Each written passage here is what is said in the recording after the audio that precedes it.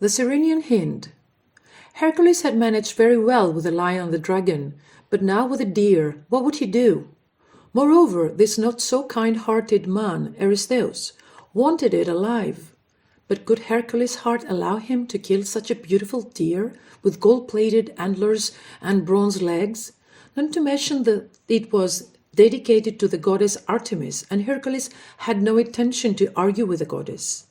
So he began to chase it, but it ran even faster than the sunlight. It was a wild animal that never got tired.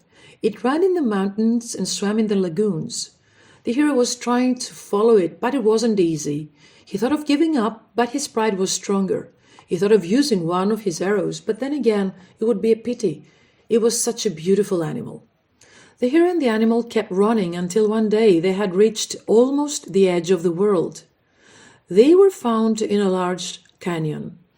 "Now I'll get you, you can't escape," thought the hero. The deer stared at Hercules' eyes for a while and then jumped and was found on the opposite side of the canyon. The hero, disappointed, sat down beneath a large walnut to rest and eat something. He looked at his bow. "Why am I carrying it since it's useless?" he thought. "I'll leave it somewhere and I'll take it back." As he chewed a piece of meat, he looked back at the bow and his eyes flashed. "Aha! I got it!" he shouted loudly.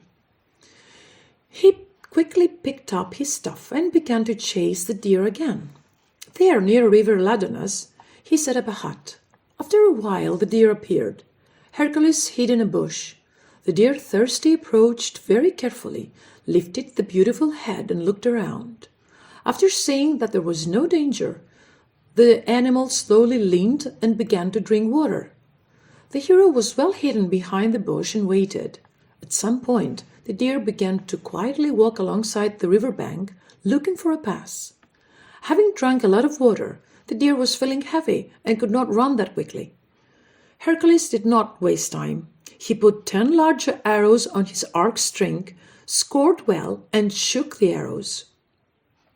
These were pinned around the deer, forming a kind of fence. No matter how hard he tried, the deer could not escape. The hero, satisfied, captured the deer, put it on his shoulders, and started walking back to Mycenae. There he found the king. Where'd you think? Correctly, in the jar again.